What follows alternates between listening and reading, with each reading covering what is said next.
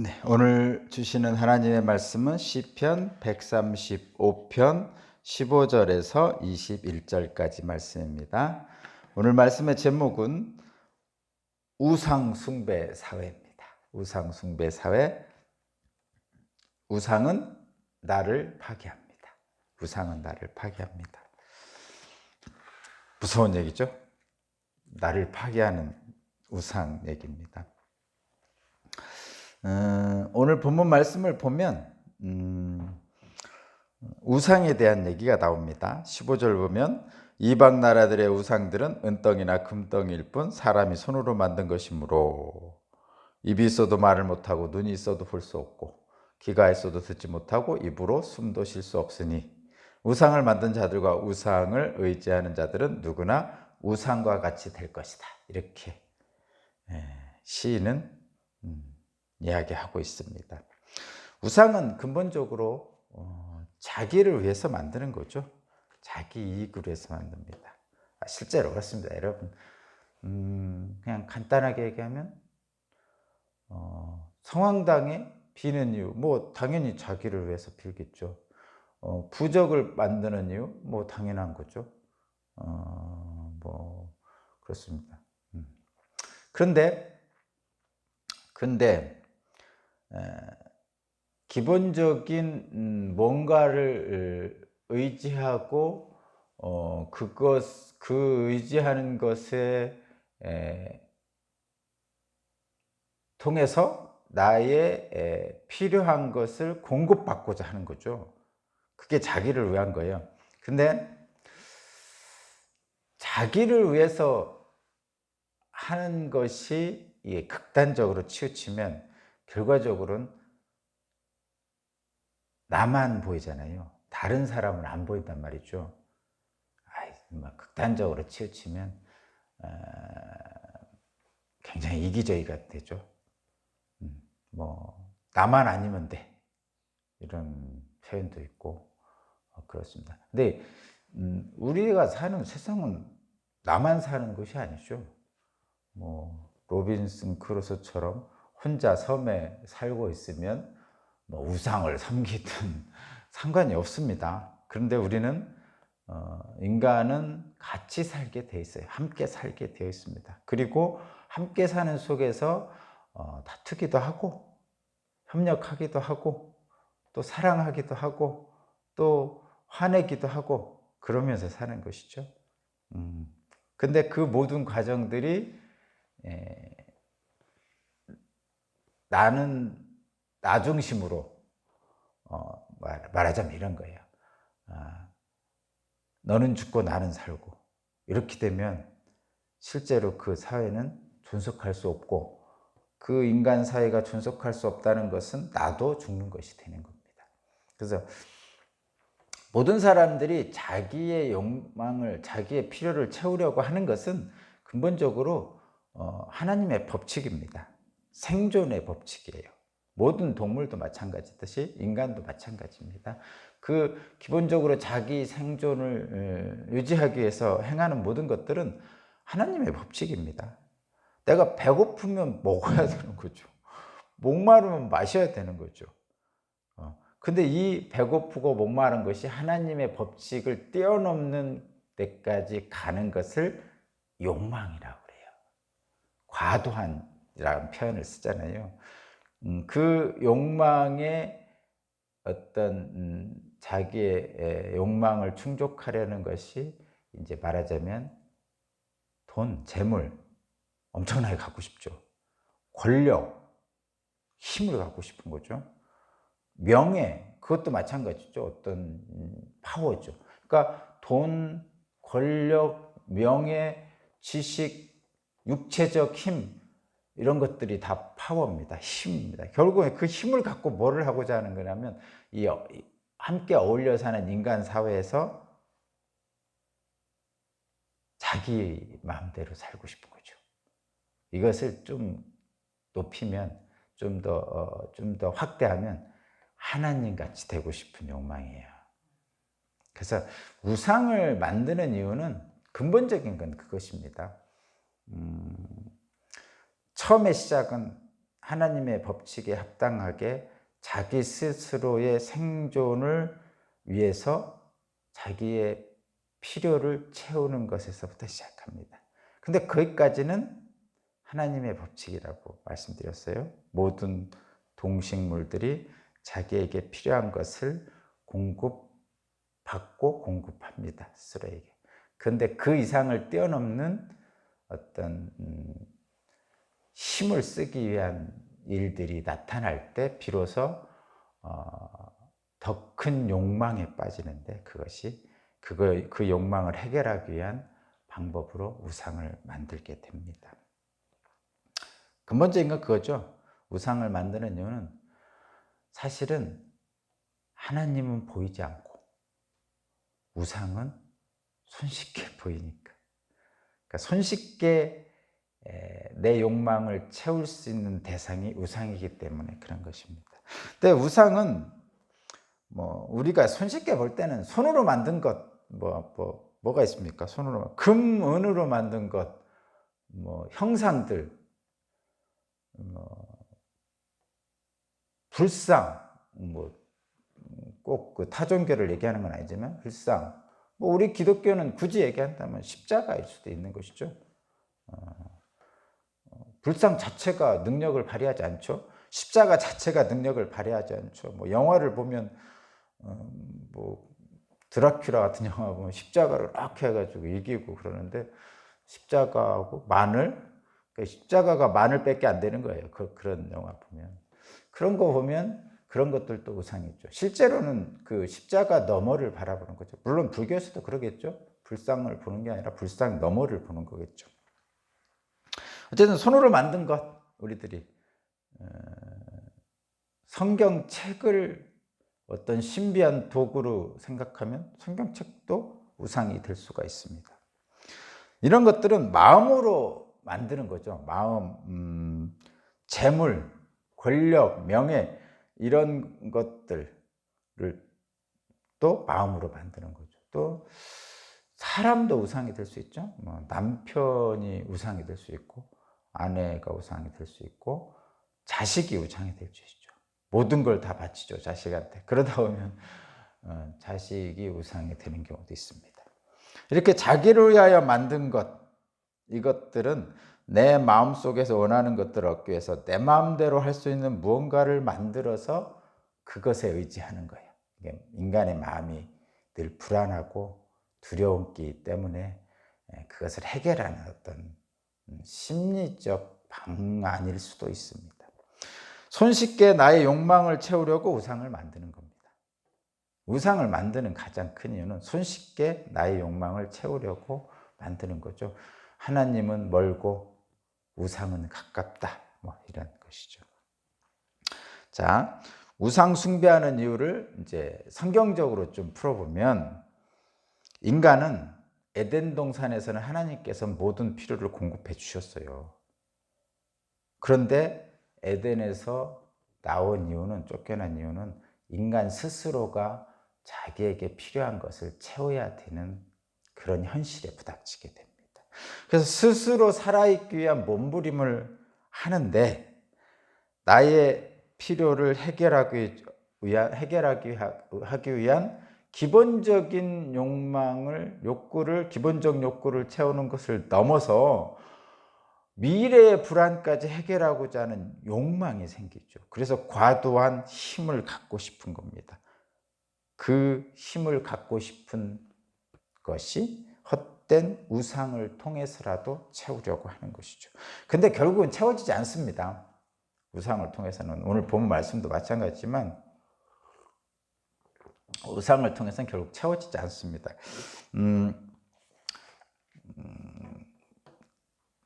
독일에서 활동하는 철학자 한병철이라는 분이 있습니다. 이분은 피로사회라는 책을 써가지고 산업사회 이후에 현대 포스트 모더니즘 사회를 아주 통찰력 있게 분석하신 분인데 독일에서도 유럽에서도 꽤 유명하신 분이고 우리나라에서도 아주 히트를 친 책입니다. 이분의 기본적인 현대 사회에 대한 문제는 외부적인 규율의 지배에 있던 세상에서 이제는 내부적인 성과주의 사회로 바뀌었다는 거죠. 산업사회에서 규율을 중시하는 산업사회에서 내부적인 성과를 중시하는 어떤 정보화 사회로 바뀌었다, 이런 얘기입니다. 최근에 폭력의 위상학이라는 책을 출간했나 봐요. 그래서 제가 한번 읽어봤습니다. 이 폭력의 위상학인데, 과거에는 무슨 문제가 생기면 외부의 폭력을 행사했어요. 너 때문이야, 이렇게 일반적으로 그랬죠, 대부분.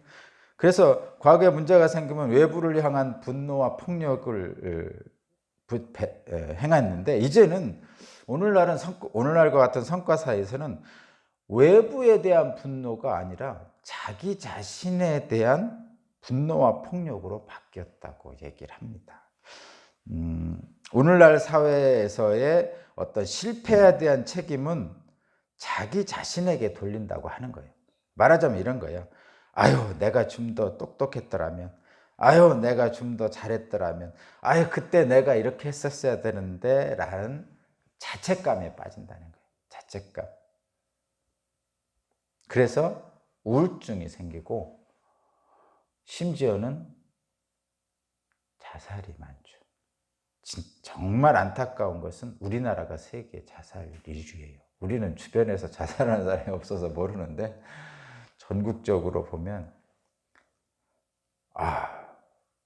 하루에 40명 가까이 자살합니다. 하루에. 그러면 한번 계산해 보세요. 하루에 40명 가까이, 40명이라고 계산하면요, 한 달이면 1200명, 1년이면 15,000명 가까이 죽는 거죠. 전쟁이 나도 그렇게 안 죽습니다. 근데 문제는 뭐냐면, 자살이라는 이 현상이 우리나라의 세계 1위인데 다양하게 나타나는데, 첫 번째 자살은 노인 자살이 많습니다. 시골에 있는 노인 자살. 소외된 인간이죠. 이것도 안타깝지만, 물론 이것도 안타깝죠. 죽음이란 건 안타까운 거. 근데 가장 안타까운 것은 뭐냐면 10대 자살이 제일 많습니다. 10대 자살의 증가폭이 엄청 높은데, 왜 노인 자살도 안타깝죠. 당연히 안타까운데 10대 자살이 더 안타까운 이유는 세상을 살아보기도 전에 이미 포기해버리는 거예요. 그래서 안타까운 거죠. 우리나라의 현실입니다. 성과사회죠. 그러니까 초등학교, 유치원, 태어나면서부터 유치원, 초등학교, 중학교, 고등학교, 성과를 내야만 하는 세상이에요. 근데 그 성과를 내지 못하는, 그러니까 1등부터 꼴등까지 줄을 세우잖아요. 점수를 내서. 그래서 성과를 못 내면 보통은 외부를 탓하면 삽니다. 근데 자기 자신을 탓하는 거죠. 아유, 내가 못했어, 이렇게. 그러다 보니까 우울증에 빠지고 자살하는 거죠. 안타까운 일입니다. 어쨌든 그 모든 과정은 그런 것이죠. 뭔가를 채워야 됩니다. 스스로가 생존하기 위해서. 결핍하니까, 부족하니까 뭔가를 채워서 스스로가 생존할 수 있는 존립 근거를 만들어야 되는데, 이 세상에서는 결국은 그걸 다 채우지 못하잖아요. 그러니까 기본적인 욕구는 채워집니다, 여러분. 기본적인 욕구는. 지금 기본적인 욕구, 물론 안 채워지는 아주 예외적인 경우는 있지만, 오늘날 우리 사회에서는 기본적인 욕구, 먹고 자고 마시고 이런 어떤 절대적인 빈곤은 지금 많이 사라졌죠. 물론 사회 소외된 계층 중에 그런 분들이 있긴 하지만, 그런데 대부분은 자기의 결핍을 채우려는 것은 욕망을 채우려는 경우가 많습니다. 대표적인 예가 그런 것이죠. 자살하는 애들 중에는 2등이 자살한다고 그러죠. 1등 하다가 2등 하면 자살한다고 그럽니다. 2등도 엄청 잘한 건데 2등, 1등 하다가 2등 하면 자살한답니다. 그러니까 기본적인 욕구는 채워져 있는데 그 이상의 욕구를 바라는 거죠. 어떤 힘을 갖기 위한. 근데 그것은 결국 채워지지 않습니다. 채워지지 않는 것에 대한 분노를 외부에 돌려서 끊임없이 경쟁하고 분노하고 갈등하고 하는 사회죠. 그런 표출을 하는 거예요. 근데 그것이 더 자기 자신의 내부로 돌리는 이 한병철의 이야기처럼 자기 자신의 내부를 돌려서 자책감에 빠지고 우울증에 빠지고 심지어는 자살까지 하는 겁니다. 한병철의 그 분석을, 통찰력이 있는 분석을 제가 칭찬합니다. 근데 한병철의 분석만을 얘기하자는 건 아니죠. 우리는 기독교인이니까. 그러면 산업사회든 지금 같은 정보화 사회, 성과 사회든 간에 왜 인간에게는 우상을 만들 수밖에 없는가? 예전에 3000년 전에도 우상을 만들었고 2000년 전에도 우상을 만들었고 1000년 전에도 만들었고 산업사회에서도 만들었고 지금 포스트 모더니즘 사회에서도 우상을 만든다는 거죠. 그럼 본질적인 이유는 뭐냐? 자기 자신의 스스로 결핍을 채워야 되는 몸부림하는 인간 속에서는 우상은 만들어지게 되어 있습니다. 우상을 만들어지게 되어 있습니다. 거듭 얘기하지만 하나님은 멀고 우상은 가까운 거죠. 손쉽게 나의 욕망을 채우기 위한 인간의 모습이 우상을 만드는. 그럼 우리는 어떻게 해야 됩니까? 우린 기독교인이니까 우리는 어떻게 해야 됩니까? 철학자 한병철은 나름대로의 해결책을 말하는데 이렇게 저는 이해했습니다. 나는 나대로, 너는 너대로 있는 그대로 인정하고 서로 다름을 용납하고 또 서로 연대하는 것이다. 이렇게 얘기하는데 이 말 속에는 사실은 우리가 다 아는 기독교의 사랑이죠. 우리 기독교에서도 찬양에서 그러잖아요. 지금 이대로의 모습으로 나를 사랑하신 하나님. 그게 나를 사랑하는 거죠. 그리고 다른 사람을 용납하는 거죠. 형제를 용서하라. 그리고 나와 너를 사랑하시는, 우리를 사랑하시는 하나님의 사랑으로 서로 사랑하라.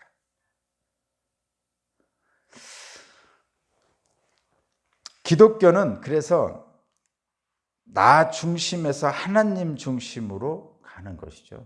그래서 나를 사랑하고 그 나를 사랑하는 하나님을 보면서 나를 내가 스스로 존귀하게 생각하고 그리고 하나님이 나를 사랑하는 만큼 너도 사랑하는 모습을 보면서 나도 존귀하지만 너도 존귀하구나. 그리고 우리는 서로 사랑해야 되는구나 라는 결론에 가게 되는 거죠. 그런 삶이 되었을 때 이 땅에서 하나님을 찬양하게 됩니다.